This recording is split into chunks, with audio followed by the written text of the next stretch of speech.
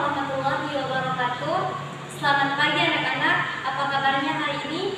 Alhamdulillah. Semoga anak-anak ibu selalu sehat dan dalam lindungan Allah Subhanahu wa Ta'ala. Nah, sebelum kita mulai pembelajaran kita pada hari ini, ada baiknya kita mengucapkan basmalah. Bismillahirrahmanirrahim. Dan kita juga buka dengan doa belajar yang dipimpin oleh ketua kelas. Silakan kepada ketua kelas untuk memimpin doa kita pada kesempatan kali ini. A'udzubillahi minasyaitonirrajim. Bismillahirrahmanirrahim. Rabbi shrah li sadri wa yassir li amri wahlul 'uqdatam min lisani yafqahu qawli. Rabbi zidna ilman warzuqna fahma. Amin amin ya rabbal alamin. Mudah-mudahan dengan doa tadi mungkin lancarlah materi kita atau pembelajaran kita pada hari ini dan diberkahi oleh Allah Subhanahu wa Ta'ala. Sebelum kita masuk kepada materi kita, Ibu mau tanya terlebih dahulu, siapa yang masih ingat materi kita kemarin? Ya, kepada Amel, silahkan. Ya, jawabannya benar. Materi kita kemarin itu adalah tentang keteladanan Nabi Yusuf. Keteladanan Nabi Yusuf itu adalah salah satunya adalah bersikap sabar, di mana Nabi Yusuf tersebut melalui sikap sabarnya itu dia mencari ridho Allah. Nah, kita sebagai umatnya, umat Nabi Muhammad harus mengambil teladan kepada Nabi Yusuf tersebut. Nah, ada yang tahu materi kita pada hari ini tentang apa? Ya, materi kita hari ini adalah tentang syirik. Sekarang kita masuk kepada pengertian syirik. Syirik secara bahasa berasal dari bahasa Arab yaitu asyirku, yang artinya adalah menyekutukan. Sedangkan secara istilah adalah menyekutukan Allah dengan beranggapan bahwasanya ada sesuatu yang kuasa di samping. Artinya adalah syirik itu adalah menyekutukan Allah dengan sesuatu, baik dengan jin, setan, iblis maupun dengan makhluk lainnya. Syirik merupakan dosa terbesar yang tidak akan pernah diampuni oleh Allah Subhanahu wa Ta'ala, sebagaimana Allah berfirman dalam Quran surah An-Nisa ayat 48 yang artinya bahwasanya Allah mengampuni segala dosa kecuali dosa syirik. Nah, di sini kita bisa mengartikannya anak-anak, bahwasanya dosa syirik itu sangatlah besar, sangat dimurkai oleh Allah. Siapapun yang melakukan syirik itu sangat dimurkai oleh Allah. Dan juga Allah berfirman dalam Quran surah Al-Ikhlas ayat 1, Bismillahirrahmanirrahim, Qul huwallahu ahad, yang artinya katakanlah dialah Allah yang esa. Kata esa tersebut bermakna bahwasanya Allah itu adalah tunggal, tidak ada sekutu baginya sesuatu pun. Allah itu tidak beranak dan tidak pula diperanakan. Allah itu esa, tidak ada Tuhan yang satu, Tuhan yang dua maupun Tuhan yang tiga. Ya, selanjutnya kita masuk kepada macam-macam syirik. Ada yang tahu anak-anak macam-macam syirik itu ada berapa? Ya, macam-macam syirik itu ada dua. Yang pertama syirik akbar, yang kedua syirik asghar. Syirik akbar adalah perbuatan syirik yang menjadikan selain Allah itu adalah sebagai tujuan ibadah. Artinya, ia memalingkan bahwasanya tujuan ibadahnya itu adalah selain kepada Allah. Contohnya, ia berdoa kepada selain Allah, atau ia bernazar, berkurban kepada selain Allah. Ini dinamakan dengan syirik akbar. Dan syirik akbar ini terbagi menjadi 4, atau macam-macam syirik akbar ini terbagi menjadi 4. Yang pertama, syirik niat, yaitu adalah syirik itu niatnya itu beribadah bukan karena Allah, tetapi dia beribadah hanya kepada selain Allah atau mengharapkan orang lain. Yang kedua itu adalah syirik ketaatan, yaitu dia memalingkan ketaatannya atau berbuat maksiat kepada selain Allah.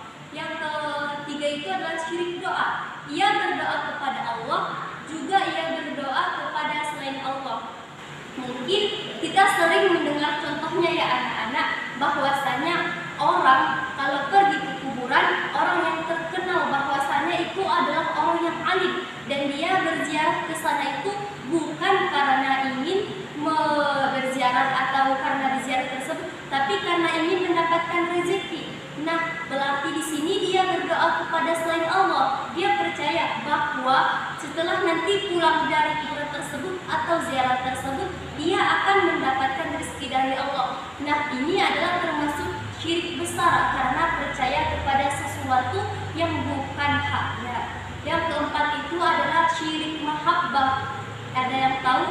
Iya, mahabbah itu adalah Nah, mungkin sering kita dengar bahwasanya syirik muhabbah ini adalah menyamakan atau mengumpamakan bahwasanya cintanya kita kepada Allah sama dengan cintanya kita kepada makhluknya. Contohnya, kita sering mencintai seorang laki-laki dan kita mengibaratkan bahwasanya cintanya kita kepada dia itu sama kepada cintanya kita kepada Allah, dan itu sangat jelas dilarang oleh Islam. Harusnya kita harus mengharap cintanya Allah terlebih dahulu, baru mengharap cinta hambanya. Yang kedua, kita masuk kepada syirik asghar. Nah, syirik asghar ini adalah syirik kecil, yaitu syirik yang tidak secara langsung namun berkaitan dalam hal ibadah yang kecil. Contohnya itu adalah riya dan sum'ah.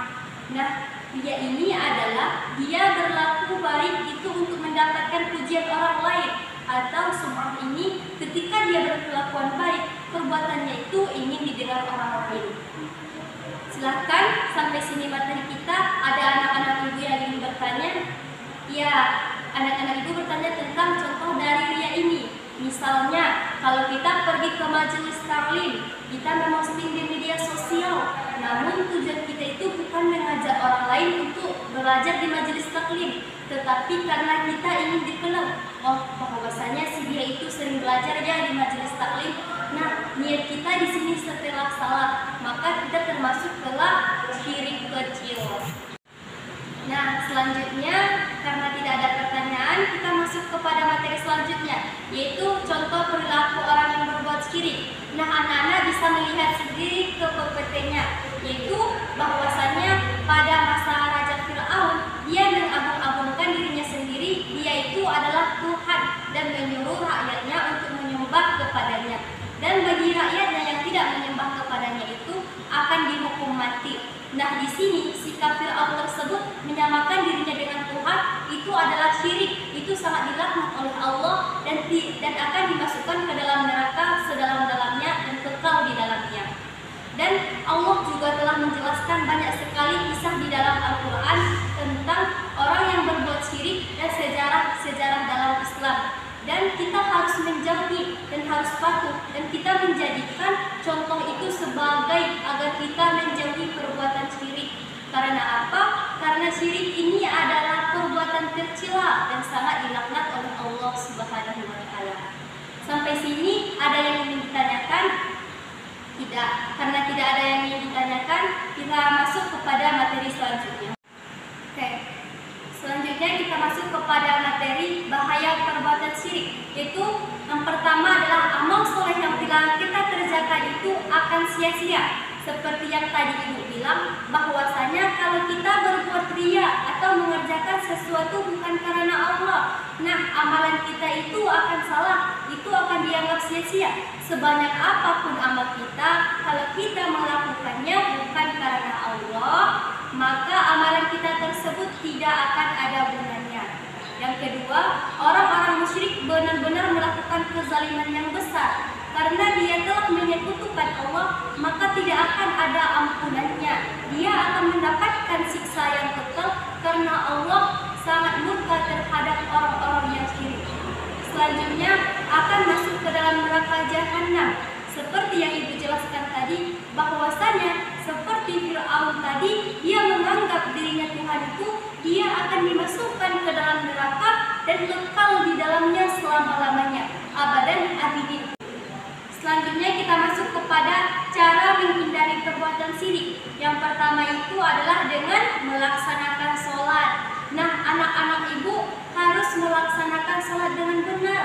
Karena sholat itu jika kita lakukan dengan benar atau dengan khusyuk, kita akan terhindar dengan hal-hal yang bahaya atau sifat-sifat yang tercela, seperti penjelasan Ibu yang tadi tentang materi syirik. Yang kedua adalah selalu berusaha meningkatkan ketakwaan kepada Allah. Seperti kita selalu melakukan amal sholat, seperti sholat tadi, kita membantu orang lain atau melakukan amalan-amalan lain yang bisa meningkatkan ketakwaan kita kepada Allah. Yang ketiga adalah selalu berusaha melatih diri untuk senantiasa mengingat Allah. Nah, di sini kita harus senantiasa mengingat Allah. Karena apa? Kita mengingat Allah, dosa syirik itu sangat besar. Karena itu kita harus mengingat Allah sebanyak-banyaknya agar kita bisa menghindari dosa syirik itu. Selanjutnya, selalu mengingat Allah dimanapun kita berada. Nah, kita yakin bahwasanya kemanapun kita berada, baik di kampung, di kota maupun di luar negeri, Allah selalu membersamai kita. Kita selalu mengingat bahwasanya kemana kita melangkah, Allah akan selalu ada. Nah, dengan itu kita harus menjauhi dosa syirik. Kita yakin bahwasanya Allah melihat perilaku kita, makanya kita harus menjauhi perilaku syirik. Nah, kita bisa mengulangi atau ibu sebutkan kembali cara menghindari perbuatan syirik itu adalah: yang pertama, selalu menegakkan sholat; yang kedua, selalu meningkatkan ketaatan; yang ketiga, selalu berusaha untuk senantiasa mengingat Allah; yang keempat, mengingat Allah dimanapun kita berada. Apa sih hikmah dari kita mempelajari tentang syirik? Itu yang pertama, menjadikan manusia memiliki pandangan yang luas. Nah, setelah kita belajar syirik tersebut, kita memiliki pandangan yang lebih luas bahwasanya tiadalah sekutu selain Allah dan hanya Allah lah yang pantas disembah. Yang kedua adalah mengangkat manusia ke derajat paling tinggi. Karena apa? Karena kita telah menjauhi sifat syirik tersebut. Namun kalau kita melakukan dosa syirik tersebut, apalagi melakukan dosa syirik akbar itu, kita akan dimasukkan ke dalam neraka jahanam dan akan kekal di dalamnya selama-lamanya, abadan abidin. Selanjutnya adalah mengalirkan rasa kesederhanaan dan kebahagiaan. Yang keempat, membuat manusia menjadi suci dan benar. Karena kita telah menjauhi dosa syirik tersebut, kita akan suci. Kita akan suci karena Allah telah Yang keempat adalah membuat manusia menjadi suci dan benar karena telah menjauhi dosa syirik. Yang kelima, memunculkan kepercayaan yang teguh dalam segala hal. Karena Yang kelima adalah memunculkan kepercayaan yang teguh dalam segala hal. Jadi kita percaya bahwasanya Allah lah yang memberi keamanan kepada kita. Kita tidak percaya bahwasanya jimat tersebut bisa melindungi kita dari hal-hal lain, karena Allah lah yang maha menjaga kita. Kita juga percaya bahwa Allah lah yang maha pemberi rezeki, bukan karena kita ziarah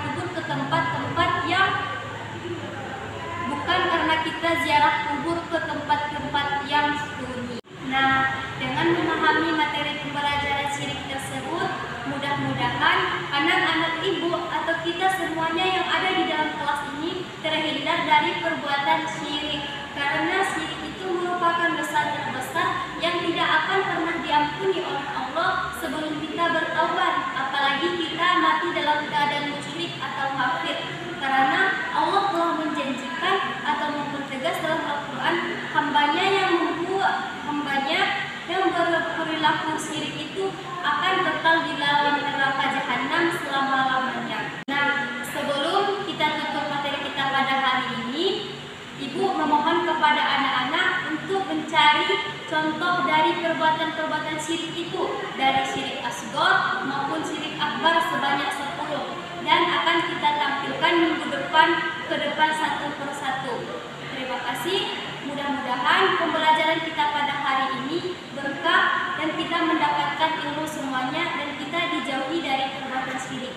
Sebelum kita akhiri, kita membaca doa kafaratul majelis. Bismillahirrahmanirrahim. Subhanakallahumma wa bihamdika asyhadu an la ilaha illa anta astaghfiruka wa atubu ilaik. Walhamdulillahirabbil alamin. Mudah-mudahan dengan pembelajaran kita pada hari ini berguna bagi semuanya. Mungkin cukup sekian dan waktu pembelajaran kita juga sudah habis. Assalamualaikum warahmatullahi wabarakatuh.